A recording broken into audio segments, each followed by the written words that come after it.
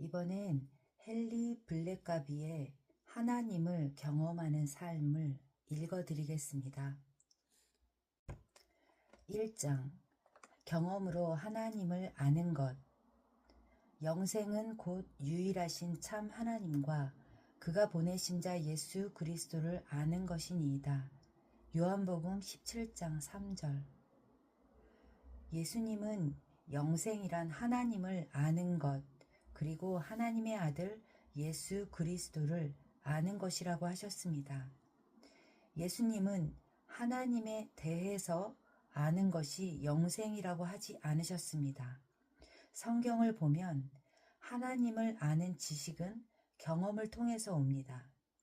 우리는 우리의 인생에서 그리고 주변에서 하나님을 경험함으로써 그분을 알게 됩니다.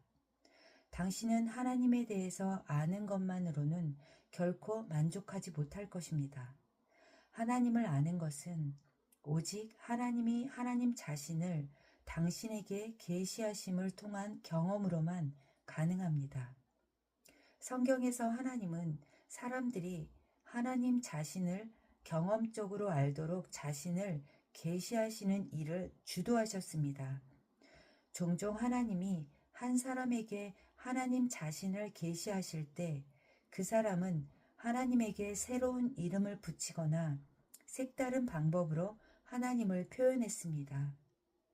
히브리 사람들에게 있어서 어떤 사람의 이름은 그 사람의 성격이나 본질을 나타내는 것이었습니다. 이러한 이유로 우리는 성경상의 인물이 하나님을 경험한 사건 뒤에 하나님에게 새로운 이름이나 칭호를 붙이는 경우를 종종 보게 됩니다. 하나님을 이름으로 아는 것은 하나님의 임재하심을 개인적으로 경험하는 것을 요구합니다. 성경에서의 하나님의 이름과 칭호와 표현은 성경에 등장하는 인물들이 어떻게 하나님을 개인적으로 알게 되었는지를 우리에게 분명히 가르쳐 줍니다. 성경 말씀은 하나님이 인간에게 하나님 자신을 계시하신 기록입니다. 하나님의 이름 하나하나가 그 계시의 일부분입니다. 여호와 이레. 창세기 21장, 22장 1절에서 18절을 보면 하나님은 아브라함이 한 민족의 아버지가 되도록 그의 성품을 개발시키는 과정을 밟으셨습니다. 하나님은 아브라함에게 그의 언약의 아들인 이삭을 희생 제사로 바치라고 요구하심으로써 아브라함의 믿음과 순종을 시험하셨습니다.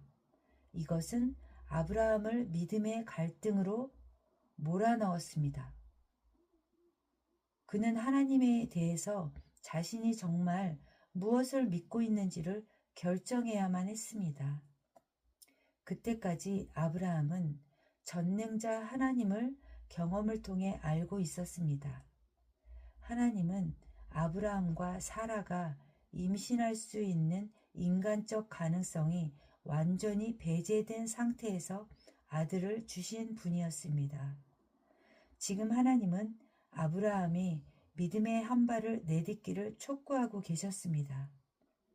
제사를 드리기 위해 산으로 향하는 도중 이삭이 아브라함에게 물었습니다. 번제할 어린 양은 어디 있나이까? 이 순간 이삭이 제물이 될 것임을 아는 아브라함의 마음이 어땠을지를 상상할 수 있겠습니까? 아브라함이 이르되 내 아들아, 번제할 어린 양은 하나님이 자기를 위하여 친히 준비하시리라. 아브라함은 하나님이 준비해 주신다는 믿음의 의거에서 자기의 삶을 조정했고 행동으로 옮겼습니다. 그는 하나님께 순종한 것입니다. 하나님은 아브라함의 믿음과 순종을 보시고 이삭을 바치려는 아브라함을 제지하셨습니다. 그리고 대신 순양을 준비해 주셨습니다. 아브라함은 자기가 방금 경험으로 알게 된 하나님을 따라 그 장소에 이름을 지었습니다. 그는 그곳을 여호와 이레, 즉 하나님이 공급하신다라고 지었습니다. 여호와 이레라는 단어가 성경에서 최초로 이곳에서 등장합니다.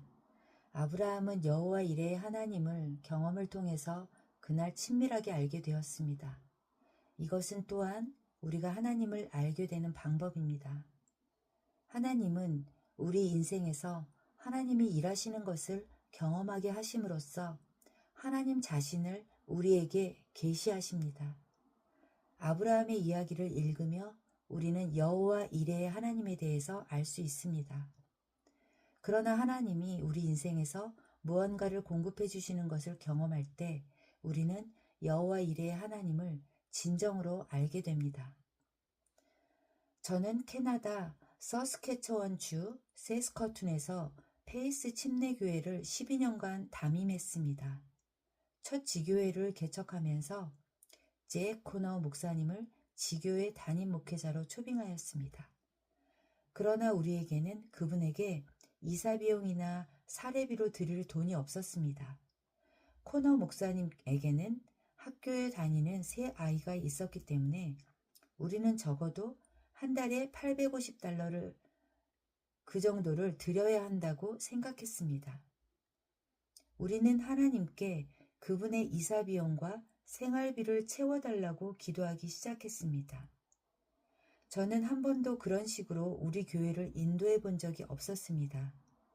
우리는 하나님이 프린스 알버트에 있는 우리 지교회의 목회자로 코너 목사님을 보내셨다고 믿고 믿음의 발걸음을 한 발짝 내디딘 것입니다.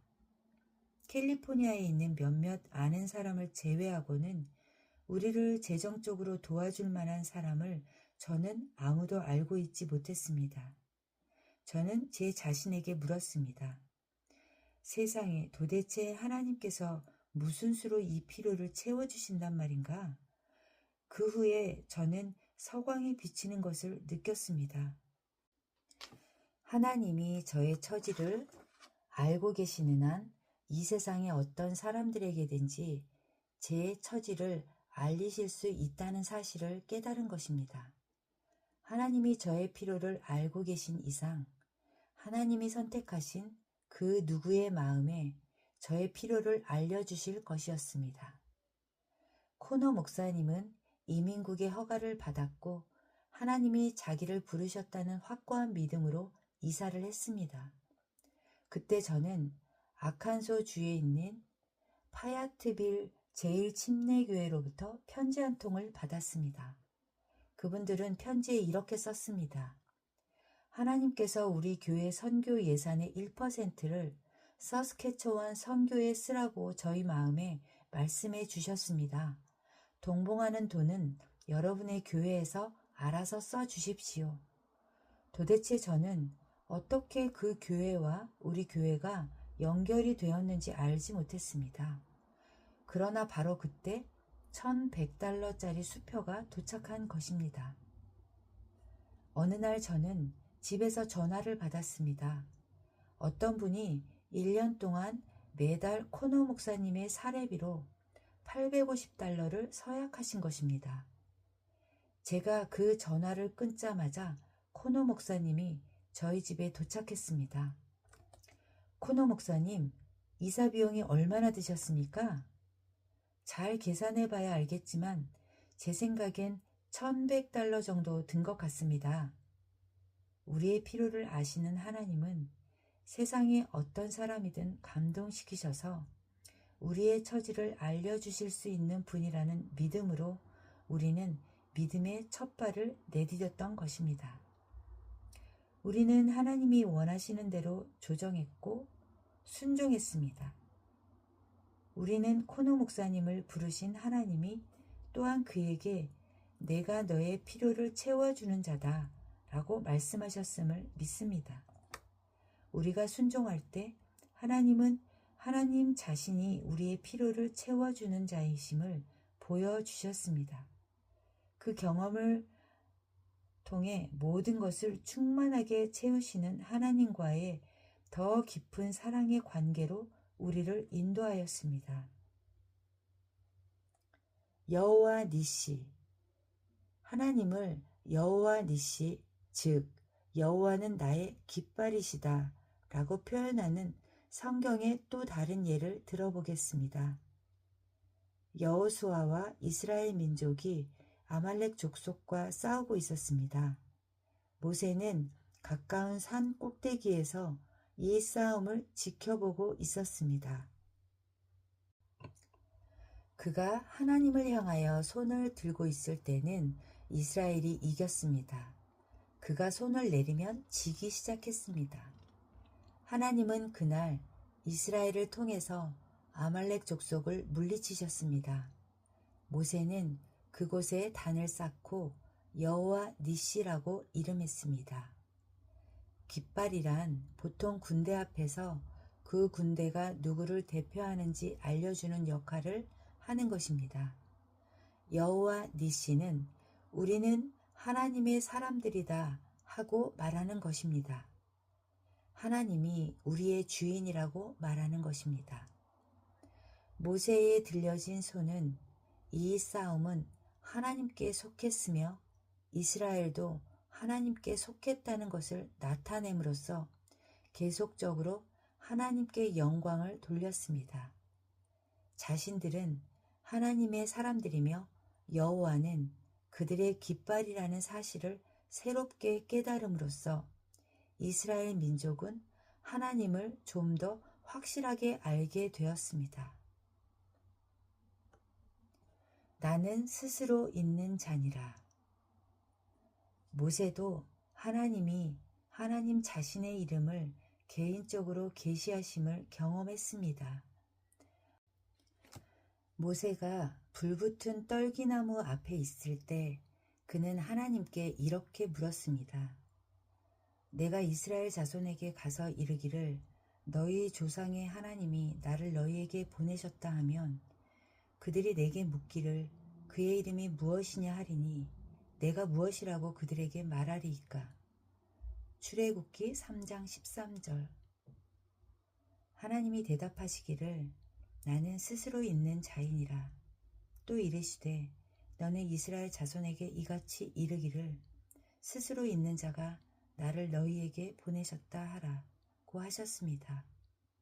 나는 스스로 있는 자이니라 고 하셨을 때 하나님은 내가 바로 영원한 자요 미래에도 나 그대로 있는 자니라 라고 말씀하신 것입니다. 하나님은 나는 내가 필요로 하는 전부이니라 라고 하신 것입니다. 모세는 그 40년 동안 여호와 즉 야훼 위대한 스스로 계신 자로서의 하나님을 경험적으로 알게 되었습니다. 관계성, 그냥 이름이 아님. 하나님은 목적을 가지고 하나님 자신을 계시하십니다. 하나님은 당신을 그분과의 사랑의 관계를 위해서 창조하셨습니다. 그분이 당신에게 자신을 계시하시는 것은 당신이 그분을 경험적으로 알기를 허락하시는 것입니다. 때때로 그 계시는 당신을 향한 하나님의 사랑의 표현입니다. 예수님은 나의 계명을 지키는 자라야 나를 사랑하는 자니 나를 사랑한 자는 내 아버지께 사랑을 받을 것이요 나도 그를 사랑하여 그에게 나를 나타내리라. 요한복음 14장 21절에 말씀하셨습니다.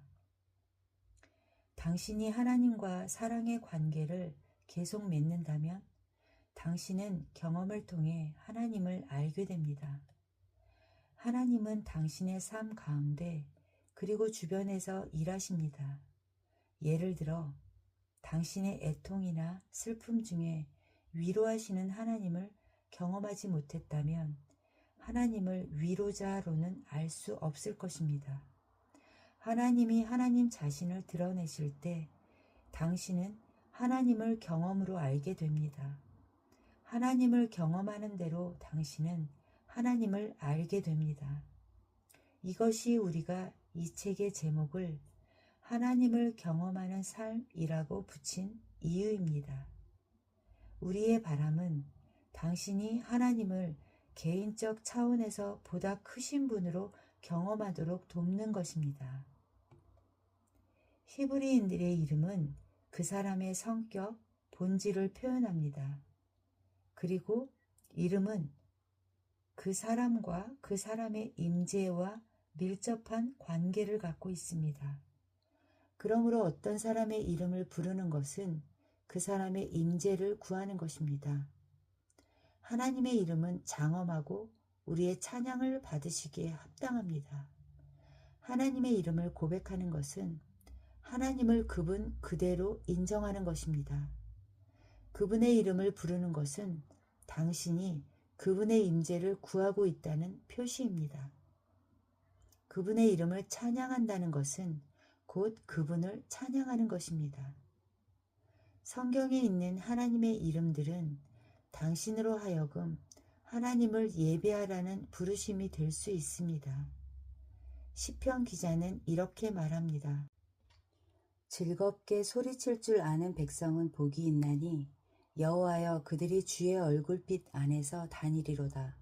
그들은 종일 주의 이름 때문에 기뻐하며 주의 공의로 말미암아 높아지오니.